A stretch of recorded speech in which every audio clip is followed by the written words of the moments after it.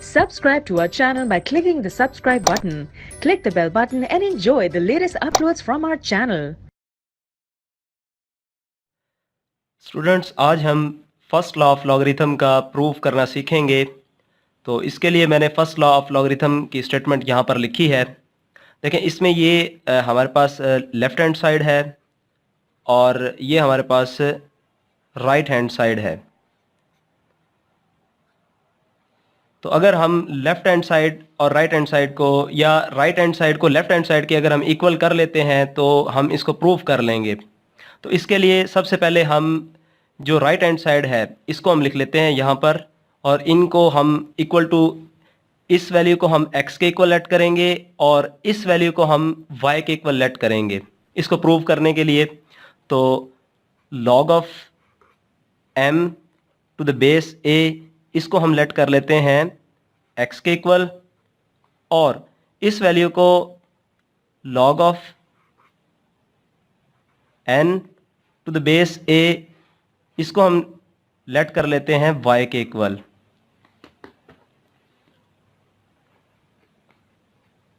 सबसे पहले हमने इन वैल्यूज़ को लेट कर लिया इक्वल टू x और इक्वल टू y। अब हम ऐसे करेंगे, इनको, ये हमारे पास जो वैल्यूज़ लिखी हुई हैं ये लॉगरिथमिक फॉर्म में लिखी हुई हैं, इनको एक्सपोनेंशियल फॉर्म में हम लिखेंगे। अब लॉगरिथमिक फॉर्म और एक्सपोनेंशियल फॉर्म क्या है, इनको थोड़ा सा देख लेते हैं। देखें, लॉग की इंडेक्स नोटेशन के लिए हम लिखते हैं यहाँ पर log of ax is equal to, हमारे पास है y, और दूसरी टर्म हमारे पास होती है log of y to the base a is equal to x।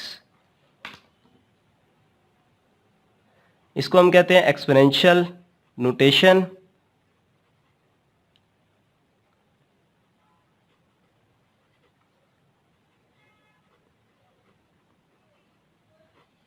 और इसको हम कहते हैं लॉगरिथमिक नोटेशन, या इसको हम कह सकते हैं एक्सपोनेंशियल फॉर्म, या इसको हम कहते हैं लॉगरिथमिक फॉर्म।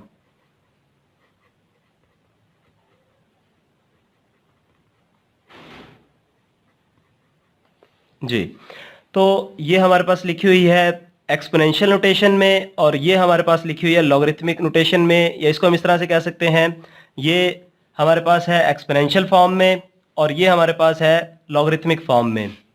तो इनको आपस में इंटरचेंज किया जा सकता है। अगर हमारे पास कोई वैल्यू लॉगरिथमिक नोटेशन या लॉगरिथमिक फॉर्म में लिखी हुई हो तो हम उसको एक्सपोनेंशियल फॉर्म में लिख सकते हैं। वो किस तरह से, कि बेस हमारे पास सेम रहेगी और ये जो इसकी जो एक्सपोनेंट है, बेस की जो एक्सपोनेंट ऊपर है, ये और ये इक्वालिटी की दूसरी तरफ जो वैल्यू हमारे पास पड़ी होगी ये आपस में इंटरचेंज हो जाएंगी। ये हमारे पास एक्सपोनेंशियल नोटेशन में लिखी हुई है और हमने इसको अब लिखना है लॉगरिथमिक नोटेशन में। तो हम इसको इस तरह से लिखेंगे कि जो हमारे पास ऊपर जो पावर है ये, और इक्वालिटी की तरफ जो दूसरी तरफ जो हमारे पास जो वैल्यू पड़ी हुई है ये आपस में इंटरचेंज हो जाएंगी। तो लॉगरिथमिक फॉर्म में जब हम इसको लिखेंगे तो log of y to the base a is equal to हमारे पास हो जाएगा x। तो हमने यहाँ पर इन वैल्यूज़ को जो कि लॉगरिथमिक फॉर्म में हमारे पास लिखी हुई थी, यानी इस फॉर्म में हमारे पास लिखी हुई थी, हमने इनको इस फॉर्म में लिखना है। तो इस फॉर्म में लिखने के लिए क्या होगा कि ये वाली जो वैल्यूज़ हैं, यानी जो बेस के ऊपर जो पावर है, इसको हम इधर ले आएंगे x की जगह पर, और जो x की वैल्यू है वो m की जगह पर चली जाएगी। तो हम इसको एक्सपोनेंशियल फॉर्म में लिख लेते हैं। ये हमारे पास लॉगरिथमिक फॉर्म में लिखी हुई है। तो इसको जब हम लिखेंगे एक्सपोनेंशियल फॉर्म में तो a की पावर हमारे पास आ जाएगी x, और इज इक्वल टू हमारे पास होगा m। और इसी तरह जब इसको एक्सपोनेंशियल नोटेशन में लिखेंगे तो हमारे पास a की पावर, यानी ये आपस में इंटरचेंज हो जाएंगे, तो a की पावर हमारे पास आएगी y, और इज इक्वल टू आ जाएगा हमारे पास n। अब ये जो दो वैल्यूज़ हमने बनाई हैं इनको इनका इक्वेशन का नाम दे देते हैं हम इनका। इसको इक्वेशन 1 कहेंगे हम, और इसको इक्वेशन हम कहेंगे 2। अच्छा जी, उसके बाद प्रूफ करने के लिए हम ऐसे करेंगे कि इक्वेशन 1 को इक्वेशन 2 से मल्टीप्लाई करेंगे। इक्वेशन 1 को इक्वेशन 2 से मल्टीप्लाई करेंगे, और जब इक्वेशंस को मल्टीप्लाई किया जाता है तो उनकी लेफ्ट हैंड साइड को लेफ्ट हैंड साइड के साथ मल्टीप्लाई किया जाता है और राइट हैंड साइड को राइट हैंड साइड के साथ मल्टीप्लाई किया जाता है। तो अब इक्वेशन को मल्टीप्लाई कर लेते हैं हम यहाँ पर, ax मल्टीप्लाई बाय ay, यानी इसमें मैंने लेफ्ट हैंड साइड को लेफ्ट हैंड साइड के साथ मल्टीप्लाई किया है और राइट हैंड साइड को मैं राइट हैंड साइड के साथ मल्टीप्लाई करूँगा, यानी m को n के साथ, ये लेफ्ट हैंड इसकी राइट हैंड साइड थी और ये इसकी a to the power x और a to the power y ये इसकी लेफ्ट हैंड साइड है। तो इनको मैंने आपस में मल्टीप्लाई कर लिया। उसके बाद अब देखें, अगर बेस सेम हो तो पावर्स जो हैं वो ऐड हो जाती हैं, यानी अगर बेस सेम हो तो हम एक्सपोनेंट्स को या पावर्स को ऐड कर सकते हैं। वो किस तरह से, a की पावर हमारे पास आ जाएगी x प्लस वाई और ये एज इट इज़ हमारे पास आ जाएगा mn।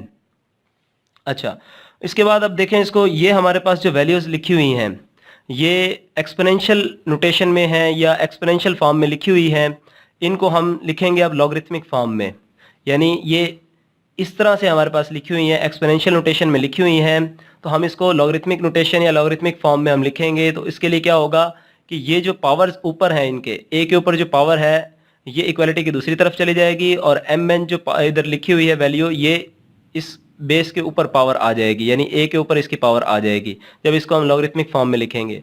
तो हम इसको लिख लेते हैं लॉगरिथमिक फॉर्म में दोबारा, लॉग बेस वही रहेगी और ये mn ऊपर आ जाएगा हमारे पास उसकी पावर में, और ये x प्लस वाई जो है ये इक्वालिटी से दूसरी तरफ चला जाएगा, तो x plus Y.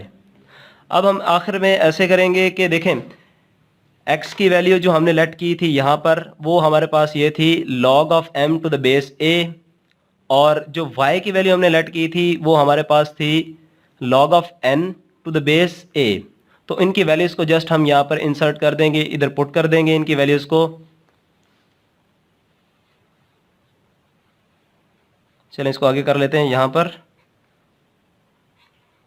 log of mn to the base a is equal to x की वैल्यू जो हमने यहाँ पर लेट की हुई है उसकी वैल्यू को हम पुट कर देते हैं, log of m to the base a, और उसके बाद फिर हम y की वैल्यू को पुट करेंगे plus log of n to the base a। तो इस तरह से हमने लॉगरिथम के फर्स्ट लॉ को प्रूव कर लिया है।